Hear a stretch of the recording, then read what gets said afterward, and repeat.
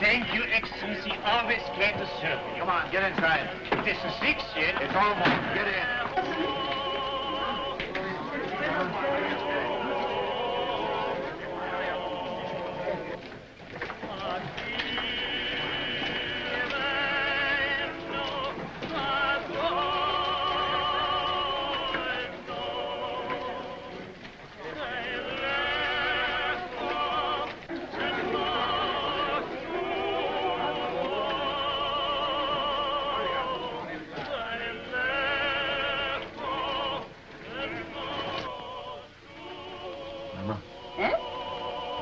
Locking up time. The money hasn't come yet. It's a long road from Hamburg. It'll be here in the morning. Yes, but if anything should happen, all that money, 10,000 gulden. Eh? So much this journey? 7,000 in one lump from Prince Lowenstein's agent, and then all the small sums, 10,000 at least. The roads are dangerous. Tomorrow morning it'll be here. Ah, we should be thankful, Maya. Business is good, eh? Nearly 1,000 gulden since morning. Mama. Eh? That agent. Did you notice him? What? There he sat, sly and smiling, planning to rob this poor old Jew Rothschild. And here I was, so innocent, a little child, a baby, in fact.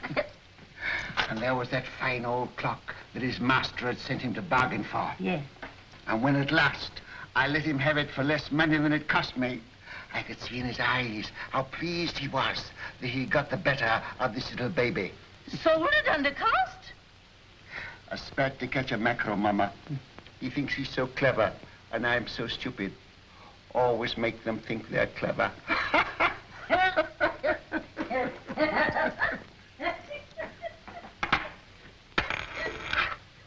Mama! Eh? I've been robbed. Maya! Bad. A whole gulden. A dead loss. Bad. Are you sure? Sometimes they're only cracked. You're right, Maya. Who gave it you? Could it be that? That agent. And I gave him some wine, too. Some of the good wine. Shh, Maya. He'll come again. Yes. He'll come again. And then, Mama, I catch my mackerel. Well, no one can ever say you don't deal fairly with your customers, Maya. It pays in the end, Mama. Now finish your accounts and I'll lay the supper. All right, Mama. Shan't be very long now. The roast is almost done. Smells good. Yeah. Looks good, too.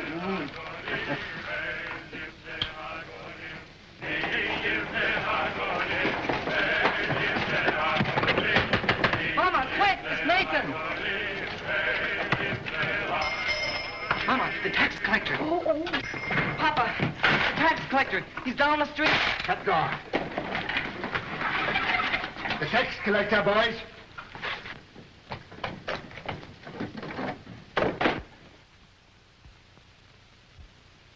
Mama, put away the silver. I have.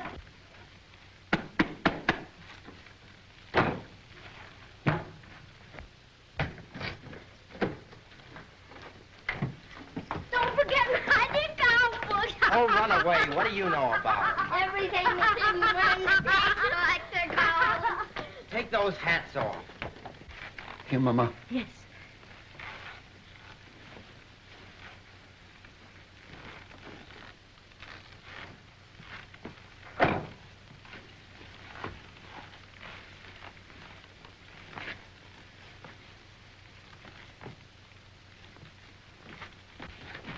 Hurry up, Carl. Tumble up, James. Over the fireplace. Remember, no deal for the last 5 days. Understand? Yeah, Father. Are you hungry? Not so very. Then look hungry. Look hungry. Ansel Solomon, you remain below. Mama, hide the roast.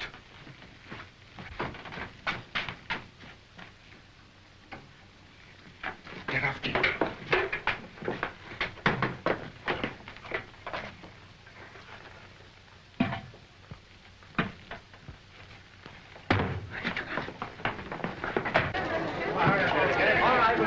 Rothschild next. Mama, take your sewing and sit there. Nathan, find me. Nathan, take your hands out of your pockets. Open up, Jew.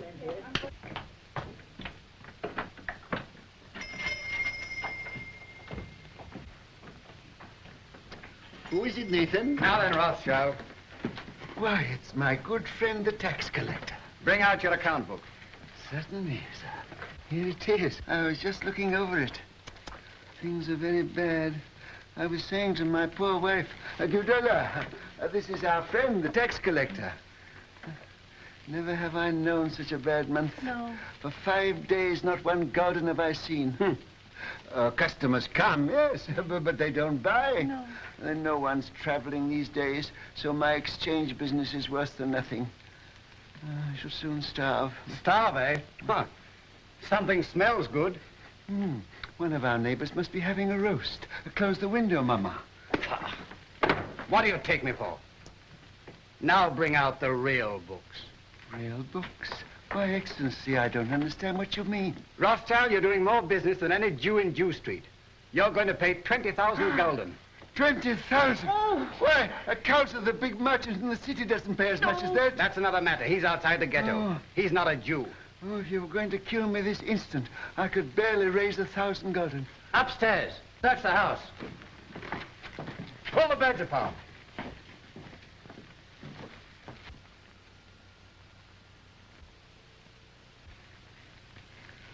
Well, I might perhaps raise 2,000 gulden. Very interesting. Oh, that. Nathan, lift up the trap door for the gentleman. Just some old stock. We have a little wine down there. Not very good wine, I'm afraid. Good wine costs money. But no account books, no gold, no jewels, I suppose. Jewels. Jewels. I've had to give up dealing in jewels long ago. It needs capital. Shall I lead the way? You'll follow. At a distance.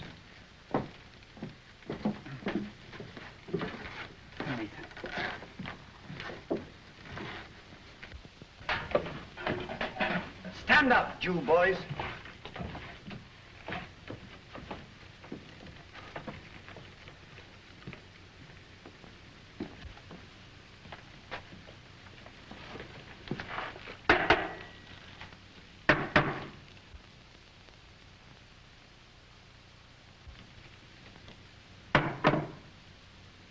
Ha!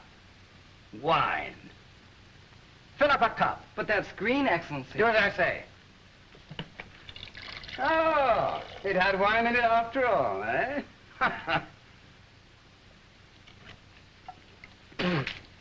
Slop. Yes, sir. That's what we drink. Ah. But there's some here that Father keeps for his special customers. Won't Your Excellency try it?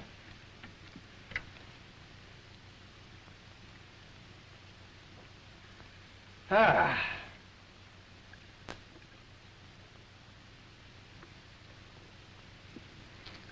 Ha. You old fox. It's good. Your Excellency does us honor. Rothschild, apparently you've been telling me the truth. So do you know what I'm going to do? No, Excellency. I'm going to charge you 20,000 gulden just the same. But I can't do it.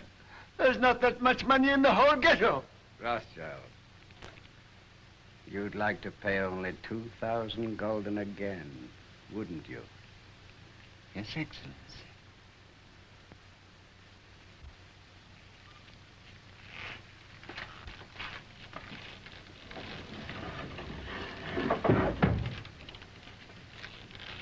Now, what would it be worth to me if I put you down for 2,000 this time? A very handsome present for Your Excellency. Say, 1,000 gulden. Talk sense, Rothschild. I want 10,000. Would you leave me and my family penniless? With a great deal of pleasure. Come now. Well, perhaps 3,000 gulden, but that's the limit, the actual limit. I'll take 6,000. Oh, I will. We'll make it 5,000. All right. Have it ready tomorrow. I'll call. And if any of you breathe a word, I'll have your house burned to the ground.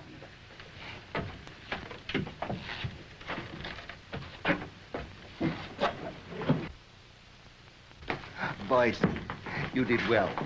Nathan, you're a smart lad. That wine, Mama, you should have seen him. And after all, a 5,000 gulden isn't as bad as it might have been. No. But it is bad to have to pay away 5,000 gulden. Not as bad as having to pay away 20,000, Father. 6 o'clock, all Jews inside. Can't wait all night. Come on, let's get out of this ghetto. Shall I go after him? Oh, let him go. Mr. Rothschild! Mr. Rothschild! What's the matter? What's happened? The man who was bringing your money from Hamburg has been waylaid by the tax agents outside the city. What? They heard he was bringing the money to Jew Street. They might have killed him, but he got away. He got away with the money? No, they got it, Mr. Rothschild. They got the money. What? All of it? Yes, all of it. You hear that, Mama? You hear that, all of you?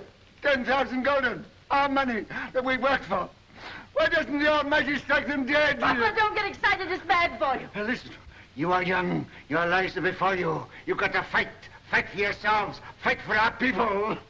Mama, I have to cheat the tax collector before my own children.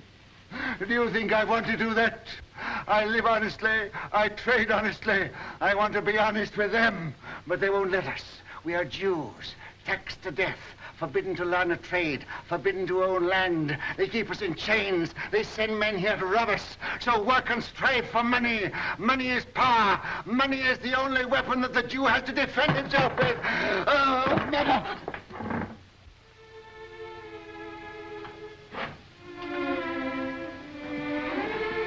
Come, he wants to speak with you. All of you.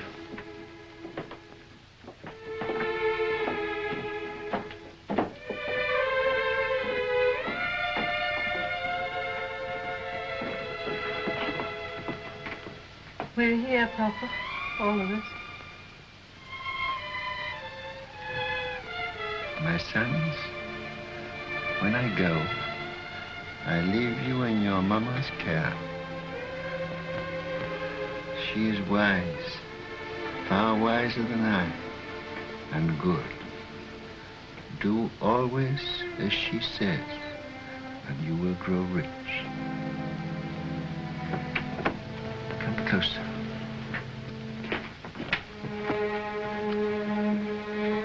Much money is lost through sending gold by coach from one country to another. In times of war, it is seized by the enemy. In times of peace, by thieves. You are 5 brothers. I want you each to start a banking business in a different country. One to go and open a house in Paris, one in Vienna, one in London. Choose the most important centers, so that when money is to be sent from here to London, let us say, you won't have to risk life and gold. Hampshire, here in Frankfurt, will just send a letter to Nathan in London saying, pay so-and-so. And that will be offset by loans from London to Frankfurt. Understand? Yes, In your day, there will be many wars in Europe. And nations that have money to transport will come to the Rothschilds because it will be safe. Papa, you mustn't talk anymore. The doctor... I'm giving advice to our sons, Mama, that the doctor cannot give. Remember, unity is strength. All your lives you must stand by one another. No one brother must be allowed to fail while another brother succeeds. Your 5 banking houses may cover Europe, but you will be one firm, one family, the Rothschilds, who work always together. That will be your power. And when that power comes, remember the ghetto. I shall be here. I shall never leave the house where they were all born. And remember this before all, that neither business nor power, nor all the gold in Europe will bring you happiness till we, our people, have equality, respect, dignity, to trade with dignity, to live with dignity, to walk the world with dignity.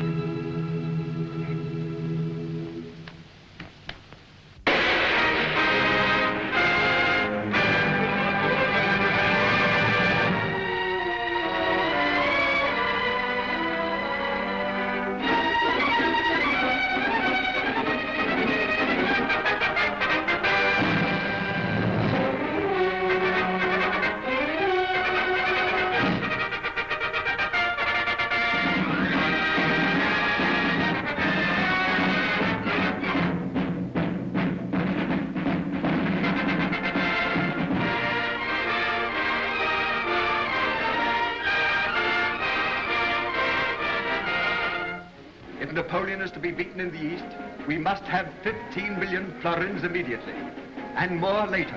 I think it can be done, Prince Metternich, but I shall have to consult with my brother Nathan in London. Come, come, Solomon, can't you decide now? Your Highness is aware that the Rothschilds work as a family, and we've made Nathan our head.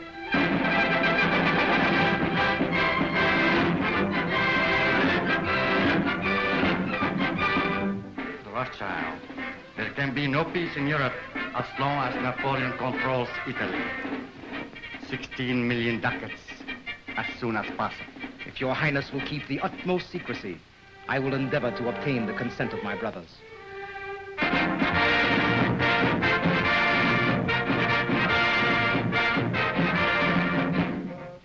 You must realize, Monsieur de Talleyrand, how difficult it is for the Paris House of Rothschild to help the Allies against Napoleon. My dear Monsieur James, I will be as secret as the grave. But we must have 50 million francs.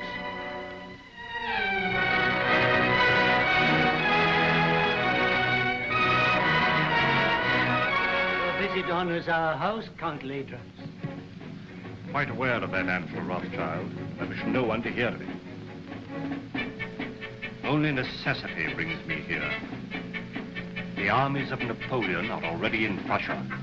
We've got to have 5 million gulden to drive them out. I will consult my brother. Ah, that's nonsense. It is an unbreakable rule, Your Excellency. The House of Rothschild never participates in a deal of this importance without the approval of all the partners. When that is impossible, my brother Nathan in London is permitted to make a decision.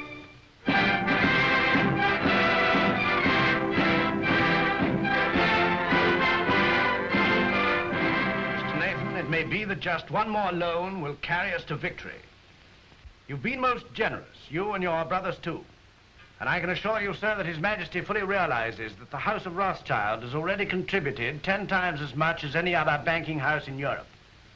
Captain Fitzroy arrived this morning from Wellington's headquarters, and he's told me how much the General appreciates what you've done. Lord Wellington's language on the battlefield can't be repeated, sir. But I've heard him declare that he wouldn't swap any one of those 5 Rothschilds for any 5 of Napoleon's brigade. May I tell the Prime Minister you agree to one more loan? Do you realize, gentlemen, that the Allies are drawing on us throughout Europe?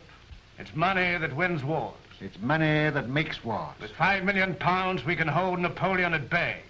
Mr. Harris, tell the Prime Minister I decline to raise £5 million to keep the Allies fighting Napoleon. I'm sorry.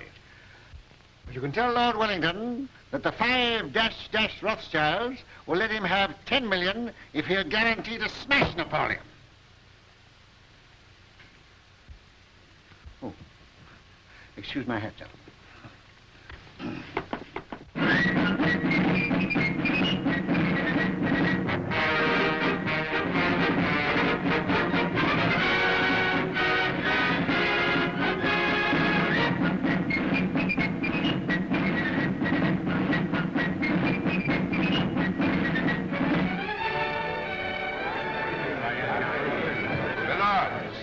Gentlemen, once more England is indebted to her greatest soldier. It is my privilege as Prime Minister to thank him on behalf of England for his glorious achievement. We rejoice at your safe return. My lords and gentlemen, charge your glasses. I give you a toast. His Grace, the Duke of Wellington.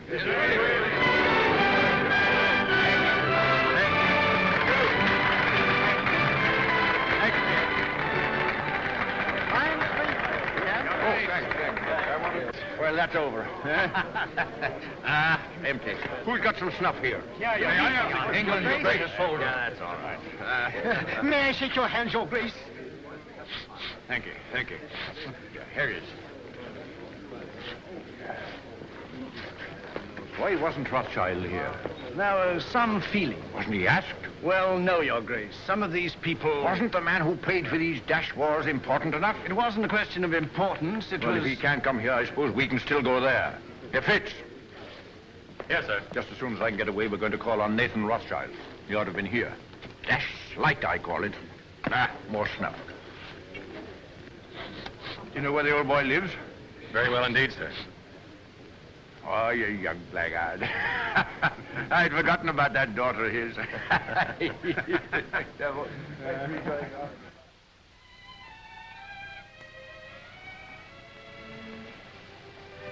Darling, No, I'm not sorry. Not in the least. neither am I. Just stop. I've been trying to tell you for a long time. I've wanted to kiss you. Yes, I know that. But when it came, it was so sudden, it rather frightened me. Frightened? The captain of the guards to protect you? Ridiculous. Well, the captain of the guards is a very dangerous person. Only to his rivals. You know you're a very conceited young man. Hmm? You haven't even asked me if I loved you. Well, don't you? Yes, I do.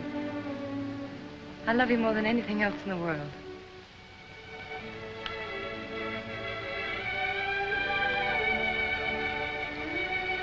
And then tonight, after I've tucked the Duke into bed, I'll call on your father. My speech to him is all ready. I've rehearsed it not less than 1,000 times. To trees at night, to guns, even to horses. I haven't gotten a refusal yet. I'm afraid it's not as simple as that. Some of those horses were pretty difficult customers. It's no use, darling. You're just dodging the real reason. You're being sweet and thoughtful again. But you're not making me forget that you're a Gentile and I'm a Jewess. Think of the shock to our families. This is no longer a family matter.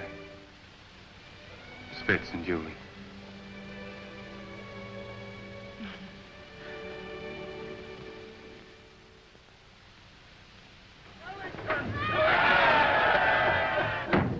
Hush.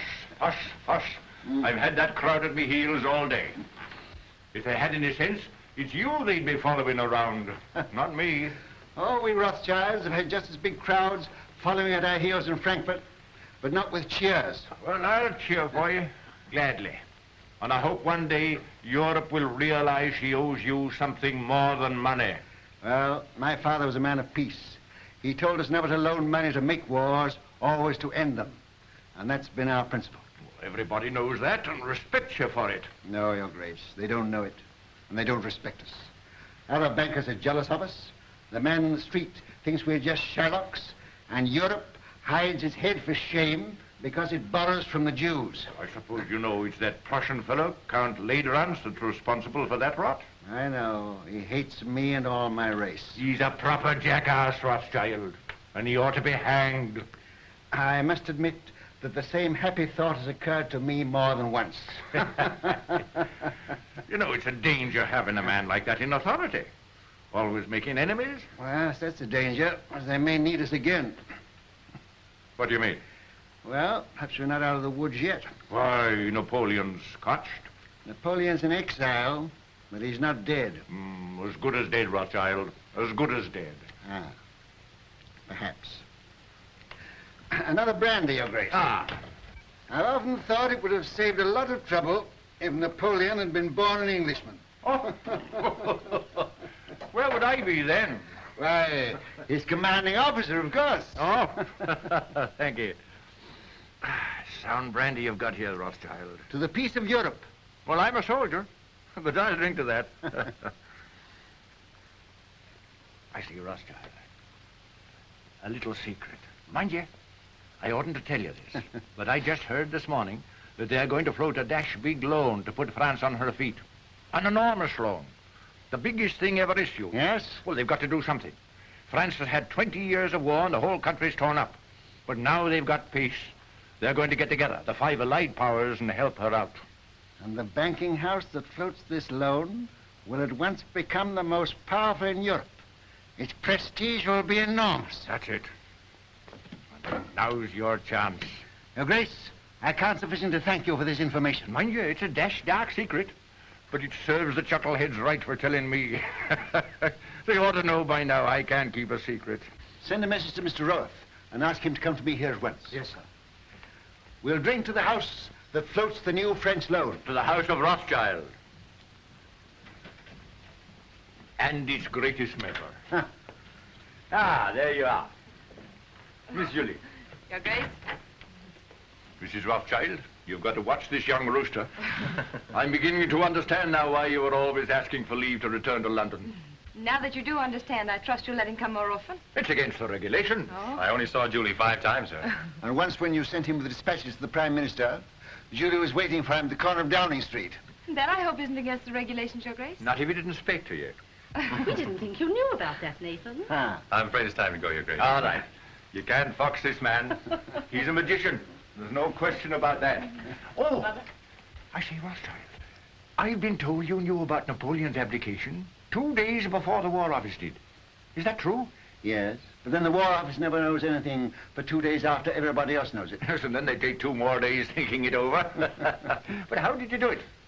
They say Indians get things by putting their ears to the ground, but you're not an Indian, are you? No, just plain Jerusalem, with a heart of gold.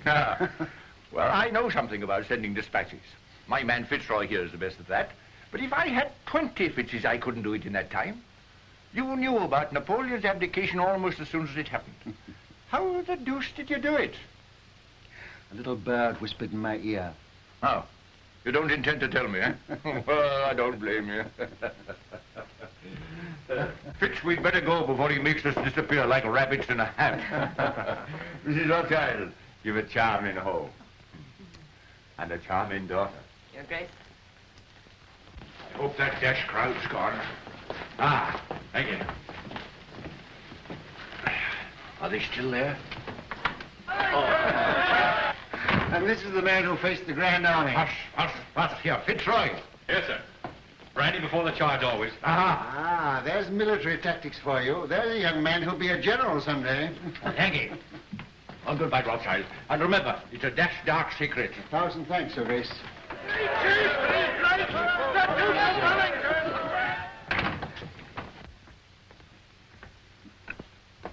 There he goes, longing for the peace and the quiet of the battlefield. Yes, sir.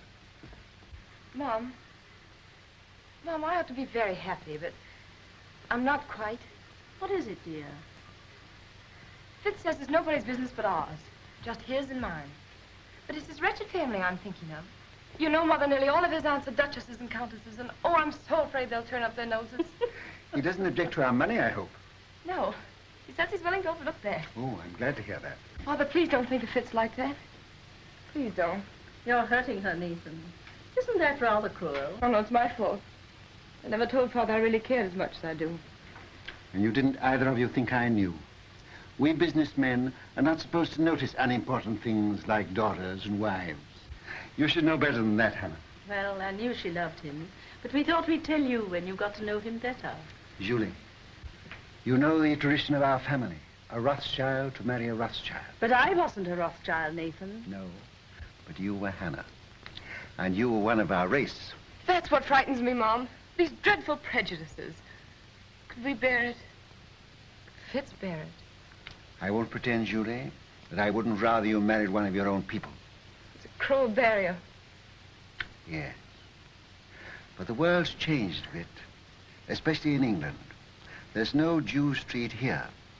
And they're lifting other chains from us, too. So, perhaps... Oh, no. No, don't say perhaps. Say yes. What do you think, Hannah? I think girls should be allowed to make their own choice. Ah, I'm not sure that I agree with you. Oh, but this girl, Father. Well, it's about the first time that I've known a Rothschild to make a bad bargain.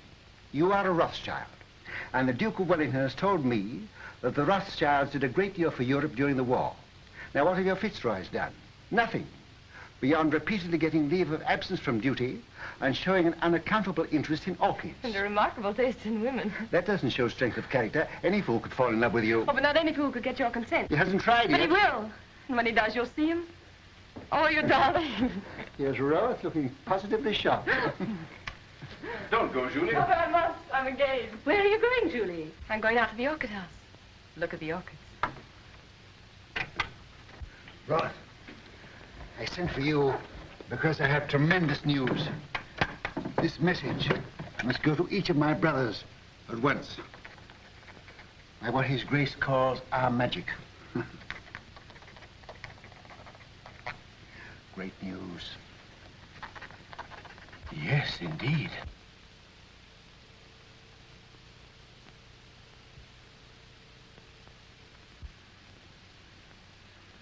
Let me have the earliest possible dates on which all private loans can be recalled. Give instructions to grant no more private loans until further notice. I must know at once the exact extent of our available capital. The most important deal the House of Rothschild has ever attempted.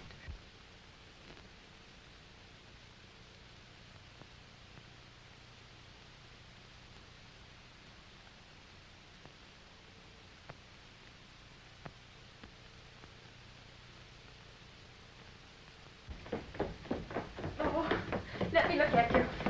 Oh, you really look so very nice. I'm sure I don't know how they could refuse you anything you asked.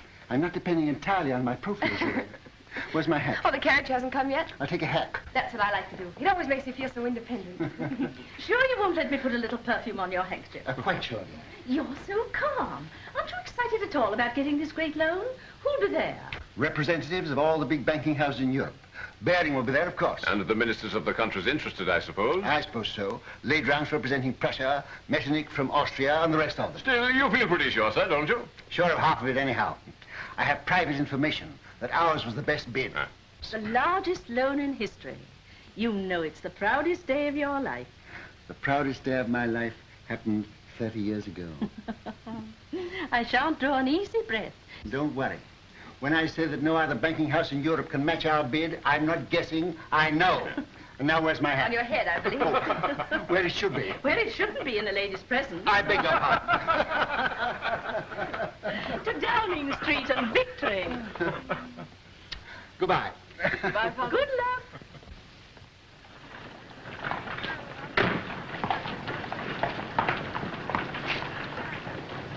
Thank you, sir.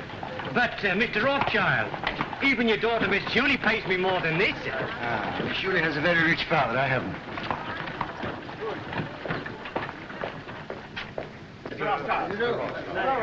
Mr. Gameler. Mr. Rothschild. How do you do? Very well, sir. How are you, Rothschild? Hello. Am I too early or too late? Early. They're still in the conference room. My lords and gentlemen.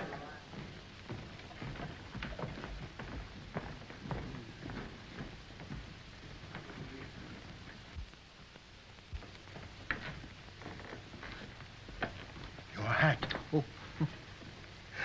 Thank you, Mr. Barrington.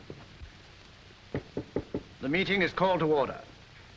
Gentlemen, bids for a French loan for 450 million francs have been received and recorded.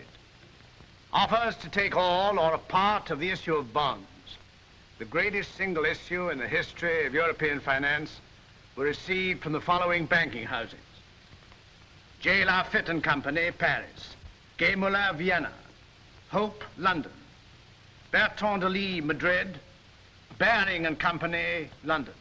It is the decision of the conference that the highest authoritative bid is that of Baring and Company, London. They will be awarded 3/4 of the issue at 71. There being no further... But you're mistaken, Mr. Harris, there is. Mr. Nathan Rothschild.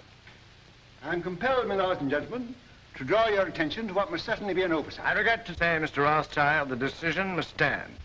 But my house sent in its bid to take the entire issue, and our price was a point better than Mr. Baring's. Why is that not recorded?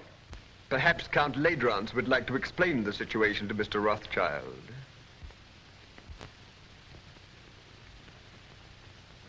Your Excellency. Your bid was received, Mr. Rothschild. But to put it as delicately as possible, it was thrown out, shall we say, on a technicality. A technicality? What am I to understand by that? You are at liberty to give my statement any interpretation you choose. You mean, in brief, I am a Jew? Likewise, in brief, I do. Gentlemen, I must accept your decision. But since Count Ladrans has been frank enough to admit the reason for our exclusion, I venture to advise him that these attacks on my race are ignorant and futile. He may strike and strike again. A Jew falls, 1,000 are wounded, but the race lives on. But unfortunately for His Excellency, we are evidently eternal.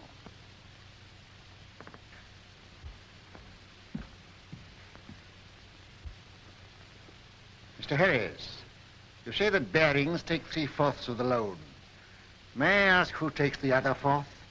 That is being taken up by Count Ladrans, Prince Metternich, Count Talleyrand. I see. A family party. Good day, gentlemen. Your luck is out, Mr. Rothschild.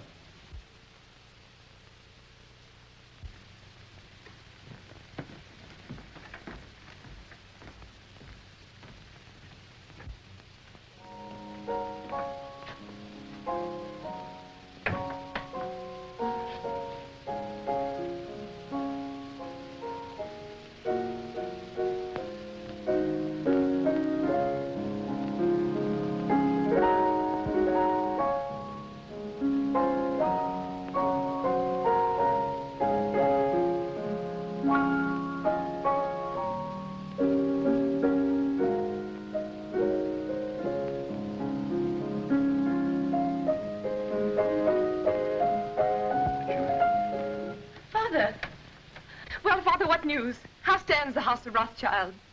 Well, they've been throwing stones at it. And I'm afraid some of the stones went wild and hit you, Julie. What do you mean? I've just come from a meeting of men in society, the kind of society to which Fitzroy belongs. And they stoned me because I'm a Jew. Fitzroy isn't that sort. Julie, you must give him up. Give him up? I can't. I know best. But you don't love him, I do. Will he continue to love you? Father, this isn't like you. You've always fought for what you wanted and got it. Well, perhaps I'm a fighter, too. This fight's been going on for 2,000 years. But things are changing. You said so yourself. I was a fool. I thought we'd swept away these prejudices, but I was a fool. Fitz knows what he's doing. We've talked this thing all over. We're ready to face the consequences. While you're young. But what are the years to come? There's no one else in the world for me but Fitz, and I won't give him up. Well, Nathan, what is it? They didn't outbid you. Yes. My bid was thrown out on a technicality. A technicality? Because I'm a Jew. But they did me a great service. They showed me just how they were going to behave to Julie if she married into their set. You'll do as I bid you. I'll try, Father. Nathan, what have you said to her? You can't ruin their lives. No, I'm going to save them. Hannah, she mustn't continue to see this man. You must get her away. But where? Take her to Frankfurt and take her at once. Excuse me, sir. I heard the result of the meeting and came to offer my sympathy. Oh, thanks. If you have any spare sympathy, you might keep a little in reserve for Baring, Ladrans and Company. I don't think they need it, sir. No, they may later. Do you realize that Ladrans, Metternich, Talleyrand, and the rest of the party are taking 1/4 of this loan without a penny between them? But they'll make millions on the rise. Ah. He's tired. Perhaps I'd better call again later. Ralph, sir. If you could buy government 4% bonds at 60, would you pay 74 for them? No, sir. Would you, Hannah? Goodness me, no. I thought not. Nathan, what's in your mind? Murder. Hannah, I'll tell you exactly what's in my mind. And this may interest you, too, Rolf. Baring and those others headed by Ladrans I've taken this new loan at 71. On the first of the month, they're going to offer it to the public at 74. It pays 4%. But there is already in existence a previous government bond which also pays 4%, of which we have a large holding. Yeah. This bond is now selling at 73. Hannah says I'm tired, but I'm not too tired to realize that if the public can buy one government bond for 73, they won't buy a new issue bearing the same interest for 74. That's true, sir. But Baring and the other bankers will run up the old bonds, and when they rise to about 75... I know what you're going to say. They'll make the old ones rise, and then launch the new ones a point lower, and the public rushes in. Quite so, sir. But suppose there is no rise. Suppose somebody pricks the balloon and it doesn't go up. Suppose before they can run it up, somebody else begins to run it down. Suppose by the first of the month, these old bonds now selling at 73 should fall down to 63. Then they couldn't possibly launch the new loan at 74 because nobody would buy it. No. And Baring and Ladrans and his little band of bankrupt brigands will wait for it to go up. But suppose instead of going up, it still goes down to 55, to 50, to 45, to 40, why they'll never be able to launch the loan at all. And by God, that's where it's going.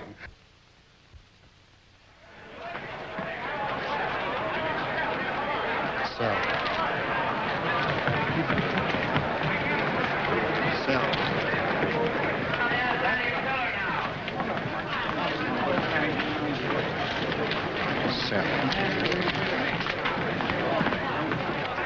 Look at Rothschild. You'd think he was selling apples instead of government bonds. Bonds are now at 53. All right. I'll keep on selling till I tell you to stop. You're creating something like a panic on the exchange, sir. I know. What kind of a flower is this that Hannah gave me this morning? I don't know, sir. Very pretty. Smells nice, too. Mr. Rothschild, do you know what you're doing to the market? What have you heard? My dear fellow, I don't hear things. I just imagine them. You know what kind of a flower this is? No. 52! 52! That means I'm down about 25 million francs. And you the same, Ladrans. Can't something be done to stop him, Baring? You're the biggest banker in England. Are we all to be ruined by the gymnastics of a dirty Shylock? I've thrown the entire resources of Baring's bank into the pool, but I can't stop it. He's got us on the run. Right? I bet you half a crown that Baring makes straight for this post within 2 minutes. I'll take you, sir. I'm tired of losing money. I'd like to win some.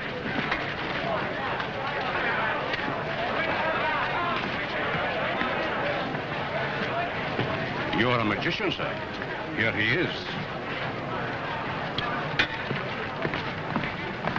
Mr. Rothschild, I don't have to tell you this is nothing less than slaughter. You know my position. I'm responsible for this new issue at 71, and you're making it impossible for me to put it on the market. We are both bankers. You knew I ought to have had a share of this loan. Why did you shut me out? Certain pressure was brought to bear on me. Ha! Ladrans. Well, yes. Then let Ladrans speak for himself. All right, Mr. Baring. I'll come. I'll follow you.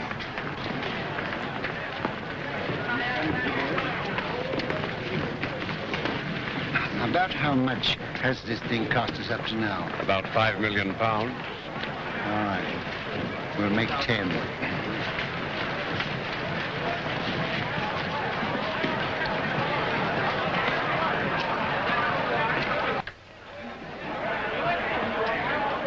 I hope I haven't kept you waiting, gentlemen, because I know you must all be very busy. We sent for you, Rothschild, to make you an offer. You resent being left out of this loan. Mr. Baring, as you know, holds 3/4 of it. He is prepared to part with half of that to you. Will that satisfy you? What about the other quarter? That, as you know, is held by us. Oh, yes, you bought it at 71. Well, we're responsible for it. You bought it at 71. It was allotted to us. And not against your will, I hope. Certainly not. So you bought it at 71. What do you mean, bought it? Can you pay for it at 71? You know perfectly well that no one is prepared to pay in full for an entire issue. Were you prepared to pay anything? Could you have stood a 10-point drop? No. You took it for a rise. You're financially irresponsible, the whole lot of you, except Mr. Baring. Well, I know just how much money you've got, each one of you. And if I like to hold down the market till after the first of the month, and I can, you're all ruined and dishonored. including Baring's Bank. Now, I'll rescue you on one condition. That you pass me the entire issue at 68. That's impossible. Now, what excuse can we offer to the public? Just say it was found necessary. On what grounds? Oh, on a technicality. No. Very well. Wait, please. We have to deal with Mr. Rothschild. Under the circumstances, I consider his offer a generous one. And as the head of the House of Baring, I insist on Mr. Rothschild's terms being accepted. What? Are you going to take it off our hands, Rothschild? That's uncommon good of you. Hey, Count Nesselrode. Are you also on the preferred list? Yes, but I much prefer to be off of it. Well, we've no choice. I accept. I say yes without hesitation. Count Ledrans? Very well. To save time, I had this little contract drawn, which I shall ask you gentlemen to sign.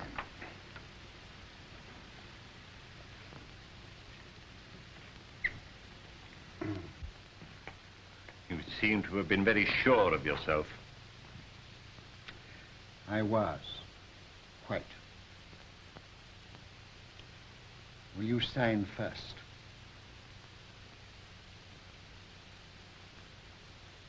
$49.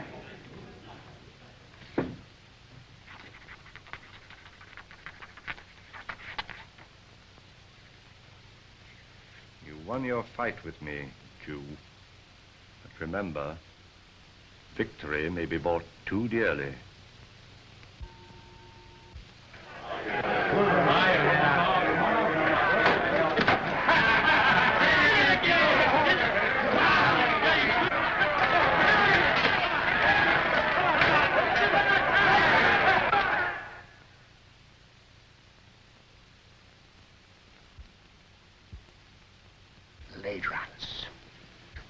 What are you going to do, sir? I'm going to Frankfurt.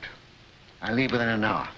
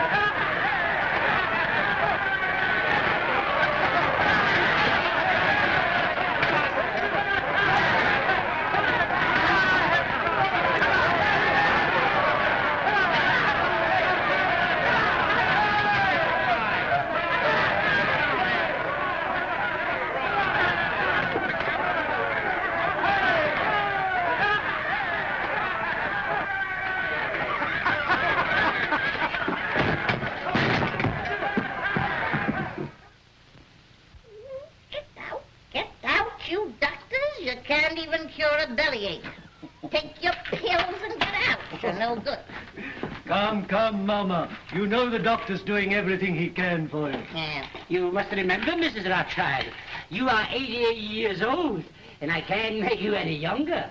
I'm not asking you to make me any younger. I'm asking you to make me older. She's better. She's insulting people. There's nothing the matter with her. Just nerves. Nerves? Do you think I'm afraid of that rabble? I've had 88 years of this, and I'm not dead yet. But we want you to come away with us for a few months. You're not safe here. I was born here, and I'll die here. And that won't be soon, either. I'll live a dozen years yet. Nathan, you ought to know enough about bargains to know the Lord isn't going to take me at 88 when he can get me at 100. Well, Nathan, what's brought you here all of a sudden? He came to see his wife and family. What have you been doing that girl of yours? She goes mewing about like a cat that's lost her kittens. She needs a change. She needs a husband, that's what's the matter with her. What about one of the Goldschmidt boys? I'm afraid Julie has ideas of her own. Then leave her alone. She's no fool.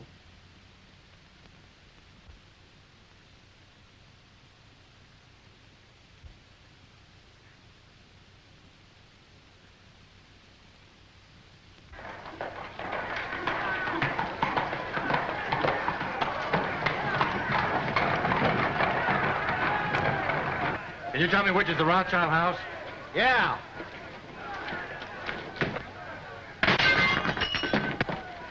That's it.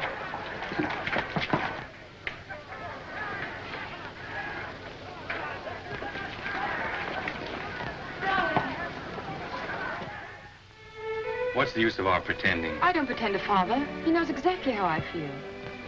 But you see, darling, he's determined, too. But you know we can't give each other up. Sending you away from me only makes matters worse. Did you tell him you'd give me up? I told him I'd try. I don't seem to be trying very hard, do I?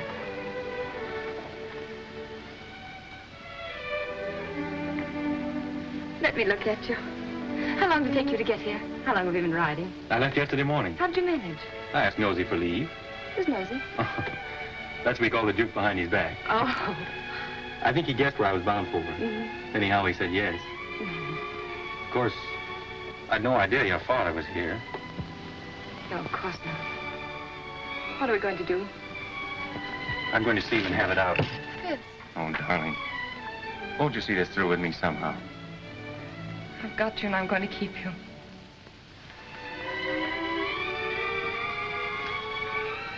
Then will you be very brave? A soldier. And wear this ring. Oh, yes. It's one of those family things. My mother wore it. Oh, it's lovely. What's the meaning of this? Father, Fitz has only just arrived. I saw him and brought him in here. Does your mother know? No. No, nobody knows but us. Why are you here?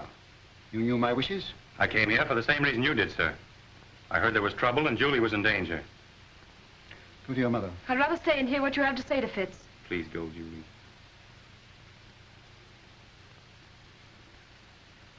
It's no use, Father.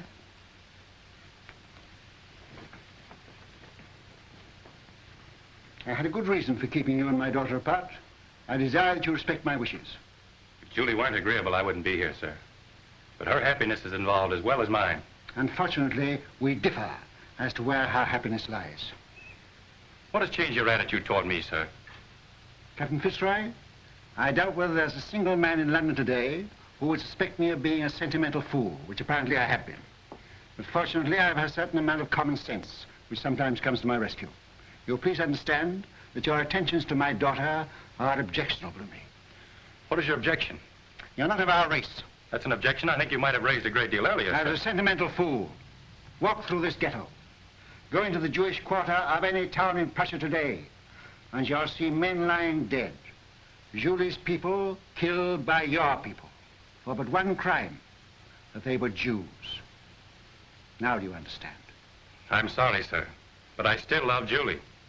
Julie is a Rothschild, and she'll not marry without her father's consent. Good day.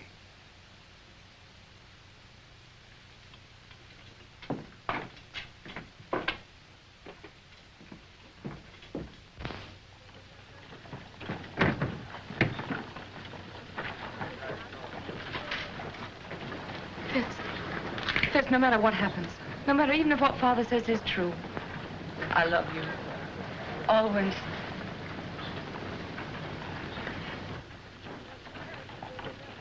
The Jews of Prussia know that this uprising is the direct result of your quarrel with Ladrans, and that has made them bitter against you. Fools, Nathan has done more for the Jews in England than any man who ever lived. England isn't Prussia, Mama. Ladrans has his agents everywhere. They spread lies and propaganda. You've got to put the screws on. Money is the only screws we have.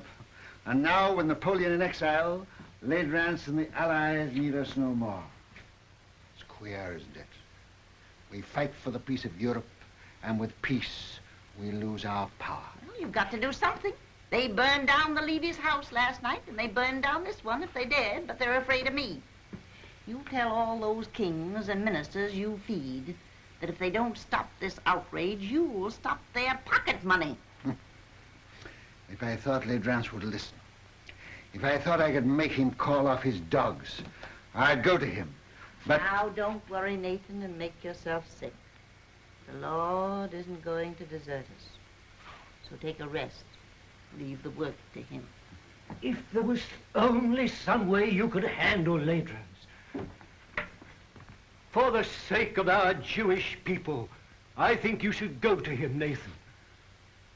Grovel at his feet. All right. If you think so, I'll go. He must have his price. And whatever it is, I'll pay it.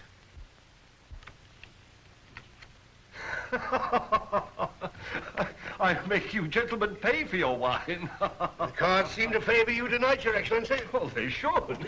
They're my cards. Colonel, any news? Good news, Your Excellency. Dresden, entire ghetto reduced to ashes by fire. It is estimated that 5,000 Jewish refugees crossed the border into the Netherlands. I have dispatched 3 agents to The Hague to stir up the populace there. Frankfurt. The citizens stormed the ghetto and fired 2 houses. A serious pogrom was prevented by the arrival of the Civic Guard. Who ordered out the Civic Guard? The Burgomaster, but he won't interfere again. We've explained Your Excellency's campaign. That's splendid news, Colonel. I have still better news for Your Excellency. Yes? Nathan Rothschild is in Frankfurt. He arrived from London last night. If he tries to leave, I want him arrested at the border and brought to me here. Yes, Your Excellency. Upon what grounds? Make your own grounds. Yes, Your Excellency. The House of Rothschild. The house with the red shield. I'll make it red.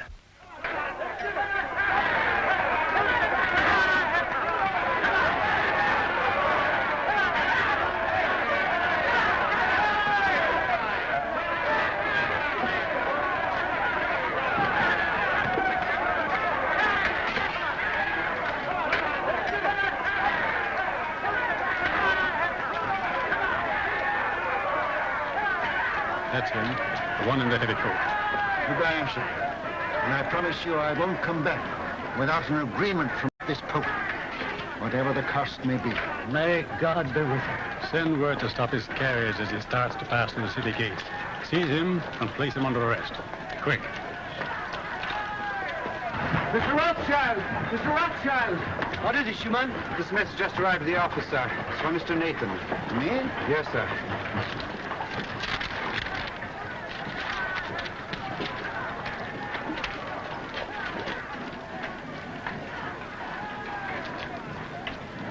What is it? Napoleon has escaped from Elba. The French are rallying to his banner by thousands. This means war. Another war.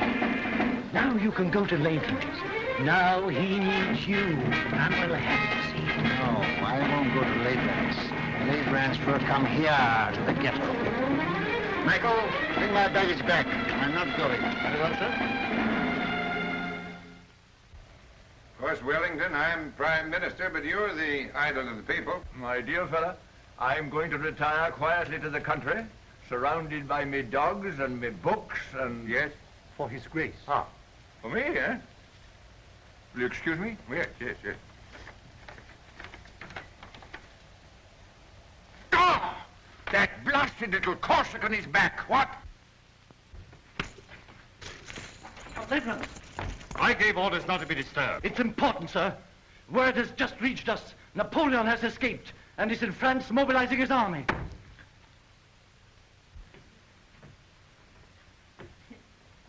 Mama, dear. Yes? My, you're walking just like a young girl. Well, boys?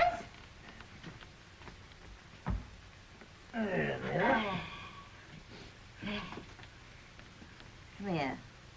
Let's have another look at you.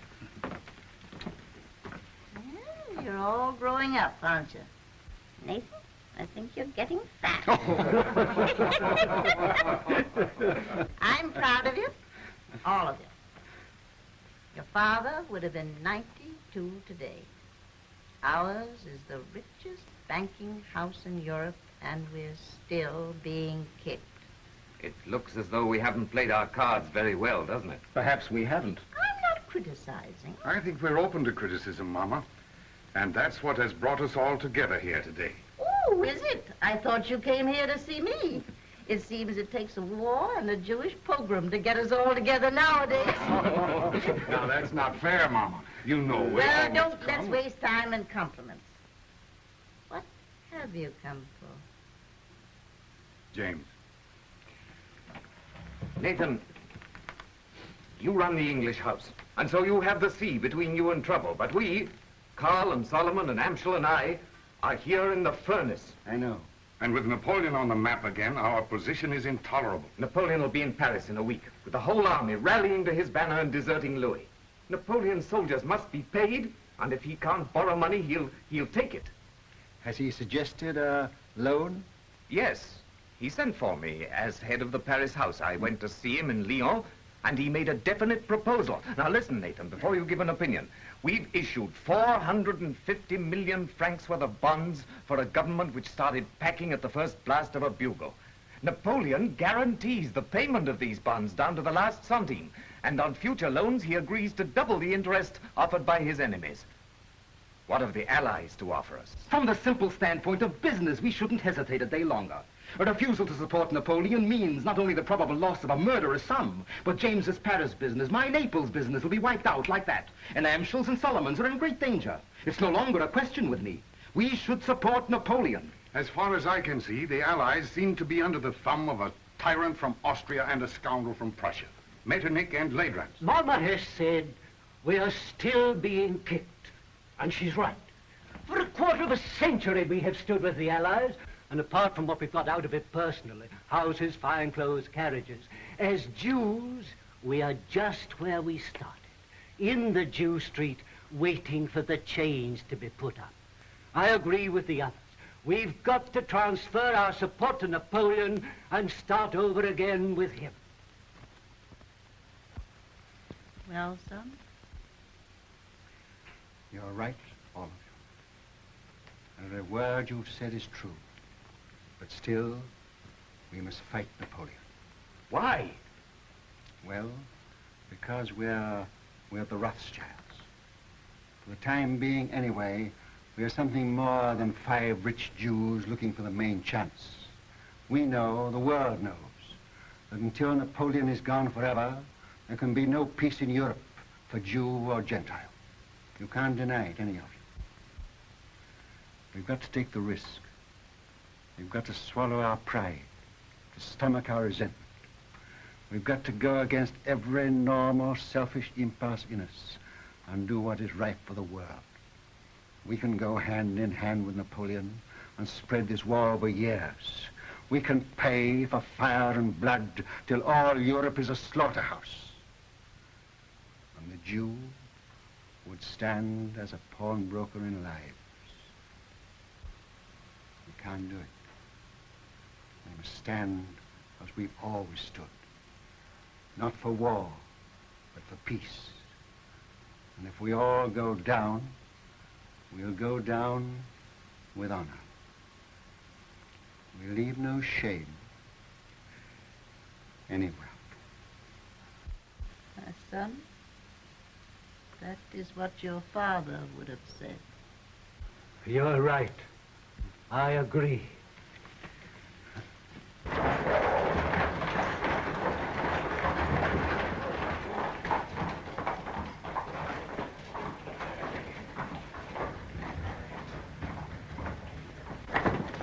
The House with the Red Shield, Your Excellency.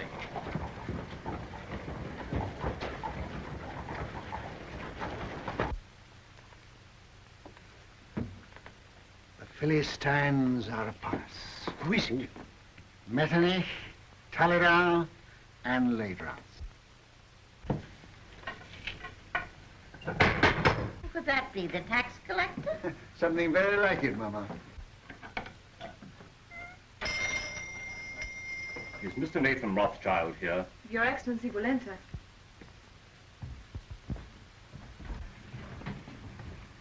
Lords, this is a great pleasure. But how did you find your way? The Duke of Wellington was kind enough to supply us with a guide, Captain Fitzroy, who has, I believe, been here before. Won't you come in? My brothers and I were speaking of you only this moment. Prince Metternich. I won't burden you with introductions, except perhaps to my mother, who was startled by your arrival. She thought you were the tax collector, Count L'Aidrance. Welcome to our ghetto. You will forgive this unexpected visit. Certainly. We were expecting it. Then we may assume you know precisely why we are here. Not the precise amount, but approximately. May I congratulate you on your brilliant son, Madame Rothschild? Yes, I'm told I'm the mother of half the loans in Europe. I am here at the request of the Duke of Wellington and the Allied governments. In that case, my brothers too are interested. Won't you sit down? We will not intrude very long. Well, you're chained in at 6. Speaking for myself, I admit that I come as a penitent. We've not always treated you quite fairly, Nathan. And now, frankly, we need you. You should join Wellington on the field of battle. He once told me that the test of a great general is to know when to retreat and to have the courage to do it. The Allies need money. Now, we're not asking you to give anything. You're money lenders, and you'll get your interest. You sure of that? Don't you trust the powers? No, Austria's bankrupt. France is already in the hands of Napoleon. And so is Italy. Why don't you go to the other bankers? Your own bankers. We have not sufficient capital. You mean they won't take the chance? What if Napoleon wins? I suppose there must be a certain amount of risk in your business. No, we ask security. What security can you offer us? Then don't say you're not asking us to give anything. You're asking us to give a great deal. I see no reason for prolonging this meeting. As you say, we are moneylenders, not philanthropists. We do it for profit. You may as well know that Napoleon has offered us twice as much as you can promise us, and we've decided to take his offer. Gone over to the enemy, eh? I must admit, I'm amazed. How will Napoleon get the money to pay you? Steal it. But that's not our business. I always thought you stood for peace. For 20 years, we've been supporting the peace of Europe. Now we're thinking of the peace of our own people. The Jew? Yes. Napoleon will give us our freedom. That's why we are for Napoleon.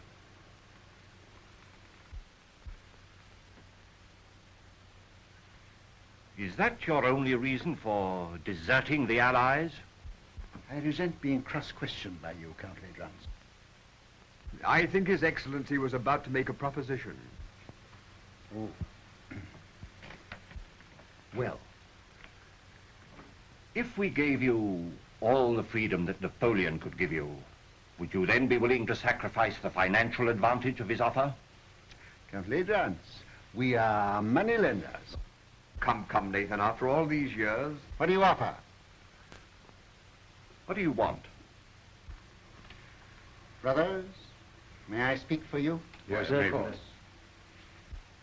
We require an agreement, a treaty, signed and guaranteed by your governments, giving to our people absolute freedom. In this agreement, they would lose their chains.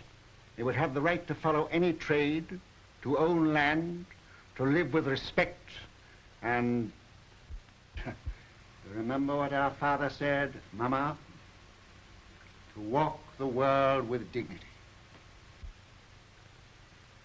I fear we will have to lay that before our respective governments. You are your respective governments, and you know it. The day this agreement is signed, the resources of the House of Rothschild will be at your command, and not before. Very well, we accept.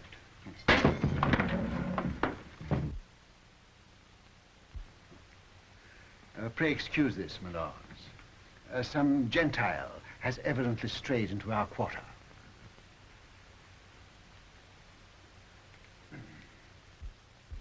Goodbye, Granny. Goodbye, my precious. Goodbye, dear. Who's got my hat? Oh, here you are, Father. Oh. James. Father, I'll go on out the carriage with Michael. All right, my dear. James, it's of vital importance that we should have first-hand news from the field of battle. Somebody to be close to Wellington's troops. Whom can we trust? In time of war, nobody. What about you? Will you do it? Yes. And I'll get word to you every day. Of every move they make, the instant they make it, and always by the usual method. Oh, Mama. I'll come to the door with you. Oh.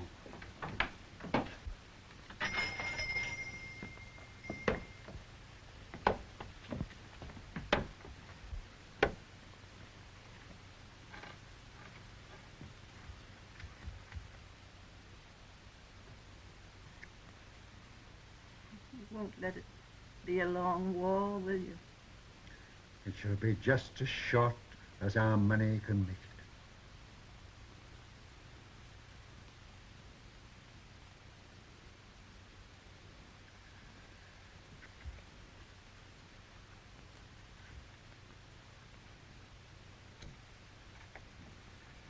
Good luck. Goodbye, Mama.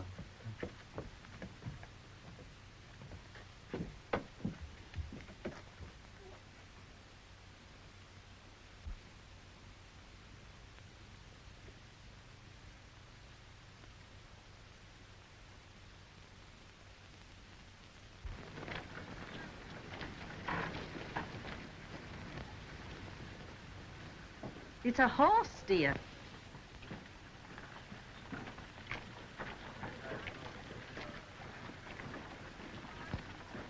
This time I'm here by command of the Duke of Wellington, sir.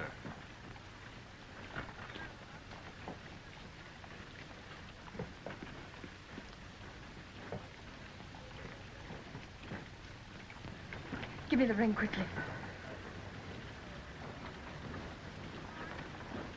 Darling.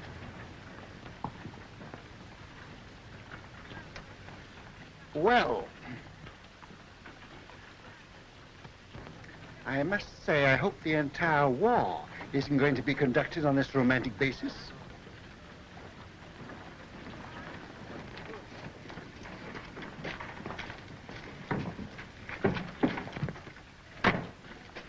Seven Fitzroy, I give Napoleon 100 days, no longer.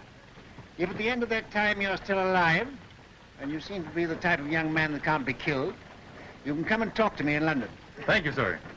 I shall count the days.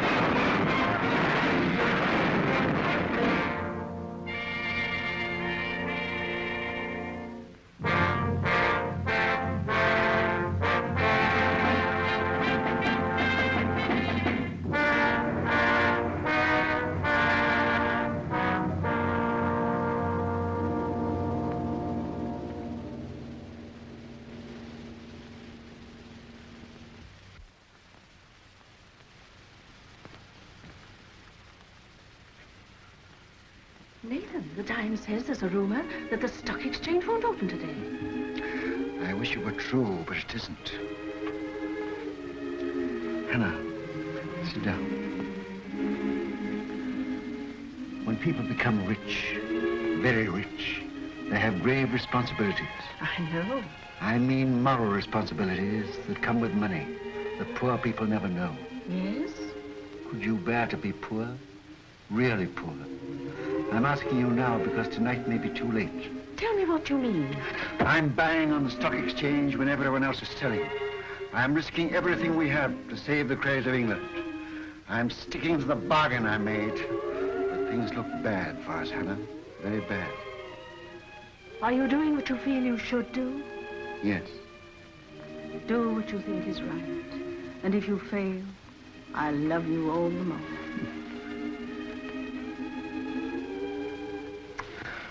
And whatever happens, with your love and your flower in my buttonhole, I'll still be the richest man in the world. Father, Mr. Rhodes brought a message. May we hear it? It just came, sir. I thought you should have it before going to the exchange.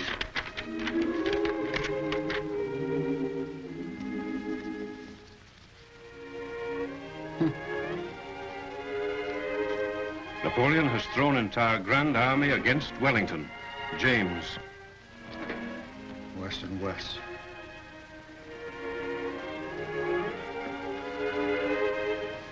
Foolish you, lady. These are hard times for young lovers. Father, you said you gave Napoleon 100 days. This is the 100th day. Fitz hasn't come back to me.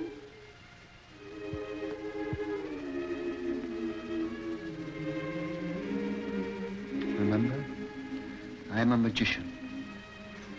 My day may be over, but I know there's a message of love and hope on its way for you.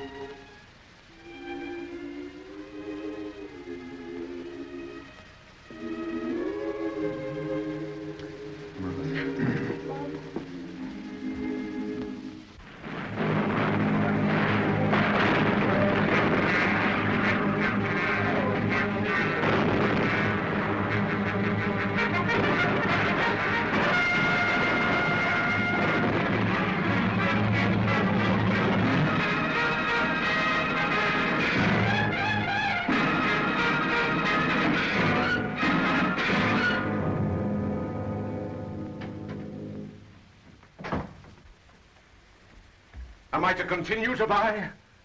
Yes. But it's sheer suicide, sir. Buy. Support the market. But we can't possibly keep it up, sir. How long? It's 2 hours to closing time. Can't hold on for 2 hours. Then stop this insane buying. No. I made a deal with Ladrans and the rest, and I won't go back on my word. Buy till we break. But do you realize, sir, that you're holding more than any man ever held in the history of the stock exchange? We've picked our horse, we'll back it till it drops. But here are messages from your brothers begging you to hold back. You're alone in your judgment. Are you blind? Where will Europe be if England is bankrupt? And if I can't hold the market, England's credit is gone. But no one man can hold a nation's credit single-handed, Mr. Rothschild. One man can try. I'm fighting in the only way I can fight, with money. I'm giving all I've got to give for the peace of Europe. And whatever other Englishmen do tomorrow, I buy today. Mr. Rothschild, forgive me, but while rumors reach the exchange that Wellington has been defeated. It can't be true. I should have heard long ago. We owe so much to you. Will you do one thing more? Come and show yourself on the exchange. They say you're ruined and dare not face the music. There's a wild panic. Your presence may steady the market. I'll come.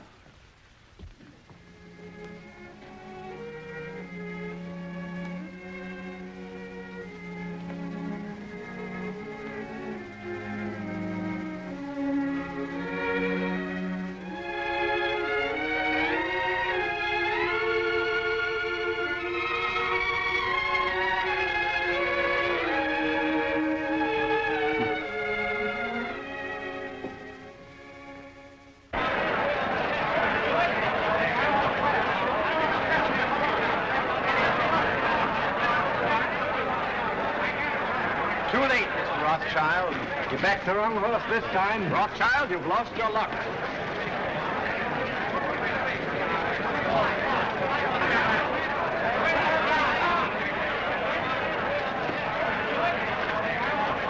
Michael.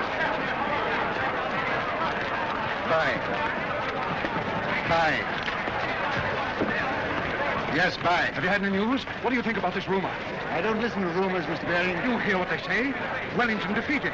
You mind telling me what you're going to do? I have no objection to all London knowing what I'm going to do. I'm buying.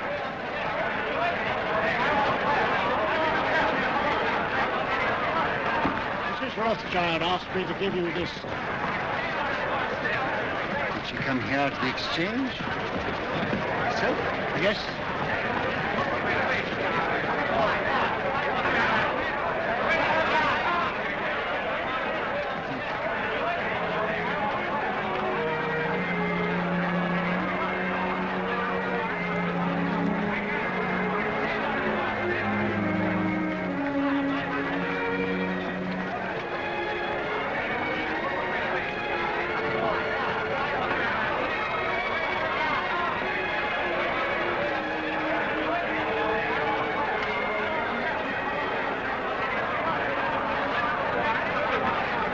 Look at Rothschild. Did you ever see such a cold-blooded fish?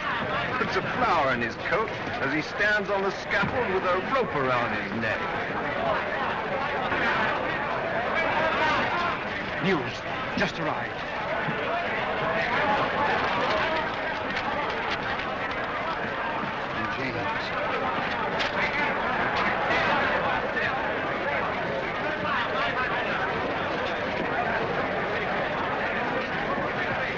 Britain victorious at Waterloo. Napoleon defeated. The war is over. Gentlemen, listen. I have news from Waterloo. Napoleon is beaten. You've been overfired. Don't play tricks on us. It is true. Wellington has won at Waterloo. Where? How did you get the news? Yes, how did you get the news? I carry a pigeon. By pigeon post from the battlefield. Now you know our secret. Now will you buy? Buy with every security you have. Buy without security. Buy with your clothes on your back. Buy.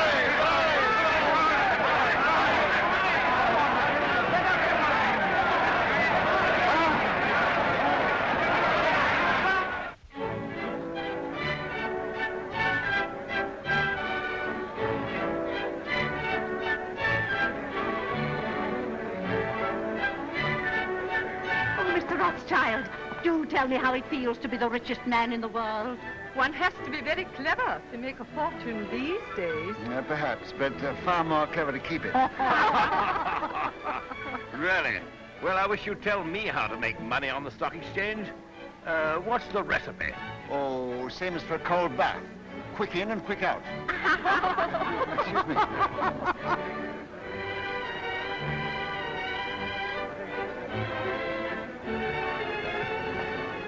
Take your hands out of your pockets. Hannah.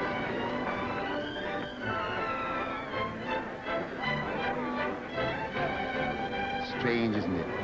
That young people like that should be just as interested in romance as you and I.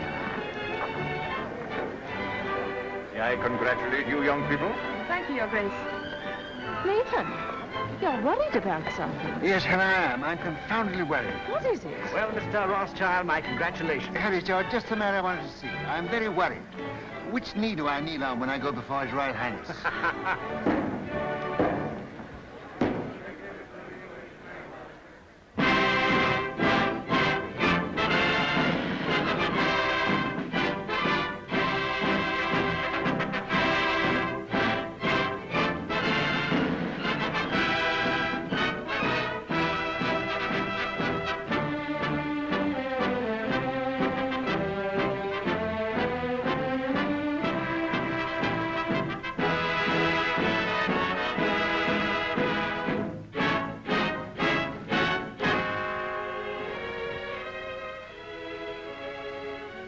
England is deeply grateful to her adopted son, who by his generosity and courage played so large a part in bringing victory and peace to Europe.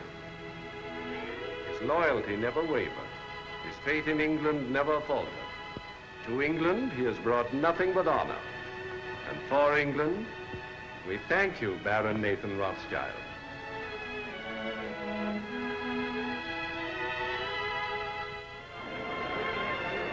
Hannah, I used the wrong knee.